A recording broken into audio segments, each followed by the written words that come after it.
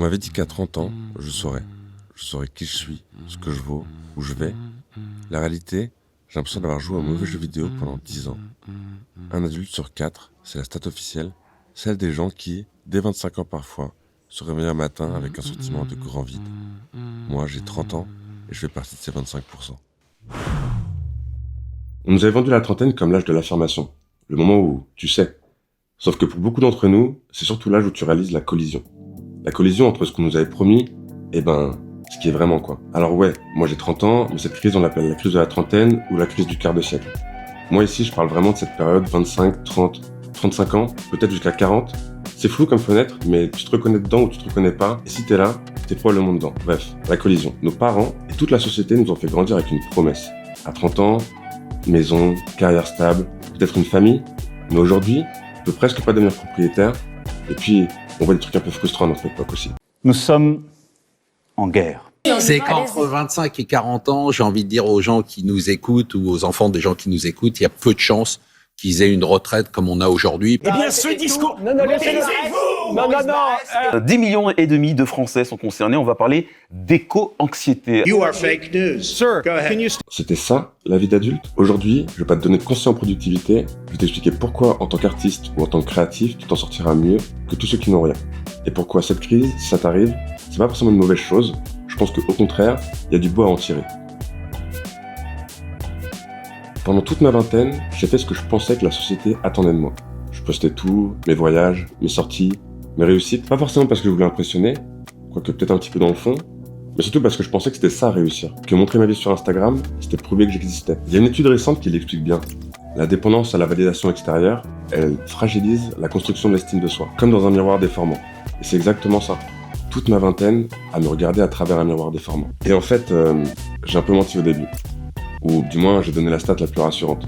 1 sur 4, c'est les chiffres au Royaume-Uni, et c'est le plus bas de l'étude. En Tchéquie, nos voisins, c'est déjà 1 sur 2, et certains pays peuvent atteindre les 77%.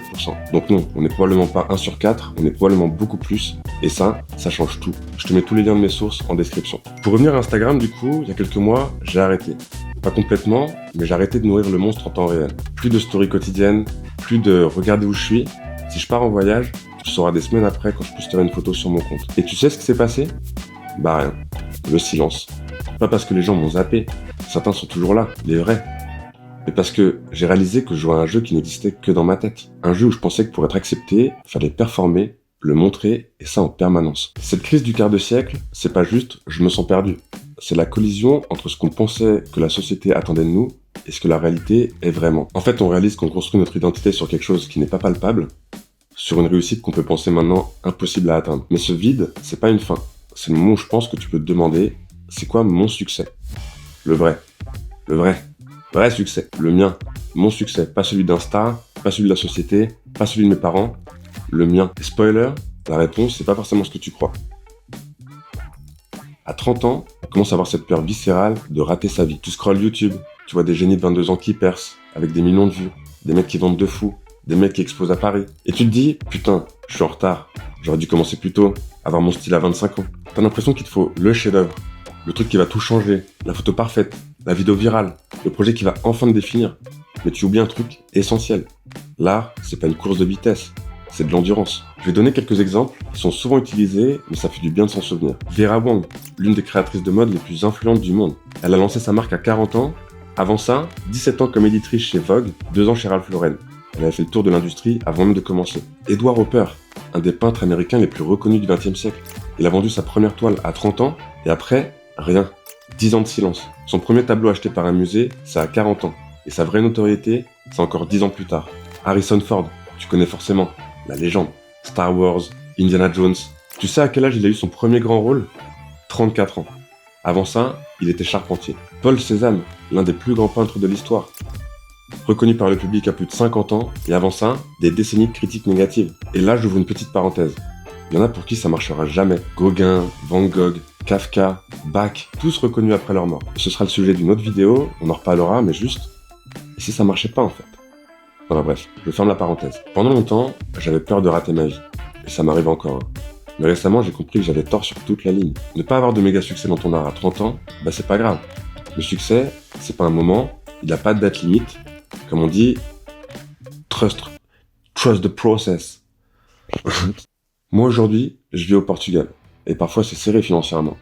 Je vis dans une chambre en coloc de 12 mètres carrés. Et peut-être que t'entends parfois mes colocs brésiliens dans l'arrière-plan. Mais tu sais quoi? Tout ça, ça me met en joie. Parce que je l'ai choisi ça. J'ai choisi de vivre là où je voulais vivre. Même si c'est pas la vie qu'on m'avait vendue à 20 ans. Même si c'est pas la vie qu'on attend d'un mec de 30. Et quand je montre une photo à un de mes proches, et que je vois une émotion dans ses yeux, en fait c'est ça ma win. Le succès, c'est peut-être juste d'avoir encore le temps de créer, de s'en sortir dans la vie, et d'avoir du temps pour ton art à côté. Et ça c'est déjà énorme. Le chef-d'œuvre, ou le succès, il arrivera peut-être, ou pas. Mais moi j'ai décidé de créer en attendant, et d'exister à travers ça. Si tu as une passion, si tu as l'art dans ta vie, pour moi tu es déjà plus riche que 90% des gens qui traversent cette crise. Je sais que ça peut sonner cliché, mais je le pense, et c'est littéralement vrai. Parce que l'art, c'est pas un métier, c'est pas juste une histoire de carrière. Moi perso, c'est ma boussole. Dans cette collision entre attente sociale et réalité, si tout s'effondre autour de toi, les relations, le job, les certitudes, au moins toi il te reste ce feu en toi. Les gens qui traversent cette crise sans rien, sans passion, sans projet personnel, ils se retrouvent face à un vide total. Ils ont construit toute leur identité sur des attentes externes. Le diplôme, le job, la maison, le statut. Et quand tout ça s'effondre ou se réalise jamais, il leur reste rien. Et parfois, ceux qui sont le plus en galère, c'est ceux qui sont obligés de louer le Airbnb le plus stylé pour leur story Instagram. Ça, jamais vraiment réussi à comprendre. Mais toi, tu as quelque chose. Ton appareil photo, ton pinceau, ton iPad, tes outils de travail, tout ça c'est tes encres. Encre avec un A, bien sûr. C'est ce qui te permet de te dire, même si tout fout le camp autour de moi, moi je crée, moi j'existe à travers ça. Cette crise du quart de siècle, elle te force à choisir. Entre continuer à jouer le rôle qu'on attend de toi, ou enfin devenir qui tu es. Entre faire du contenu pour plaire, ou créer quelque chose pour exister. Moi, j'ai décidé de documenter tout ça. Cette chaîne, c'est pas une vitrine de succès, c'est mon carnet de bord. Et je vais tout te montrer. Comment je compte reprendre la vente de mes photos depuis que je suis à Lisbonne, comment je doute, comment je me plante, et parfois, j'espère, comment ça marche. Ce serait cool quand même. Et ce truc que t'as en toi, cette envie de créer, c'est la seule chose qui devrait te préoccuper. Cette vidéo, c'est juste le début d'une série où on va transformer cette crise en renaissance. Où on va arrêter de mentir sur qui on est et on va commencer à créer pour les bonnes raisons. Si toi aussi tu te sens perdu à 30 ans, ou à 25, ou à 35, sache que tu n'es pas seul. On est au moins 1 sur 4. Mais toi, tu as quelque chose que beaucoup n'ont pas. Une vraie raison de te lever le matin qui n'appartient qu'à toi. Abonne-toi parce qu'on va trouver le chemin ensemble. La semaine prochaine, on sort le 3e vlog, je t'emmène à Cascais. Merci encore pour ton temps. Ciao.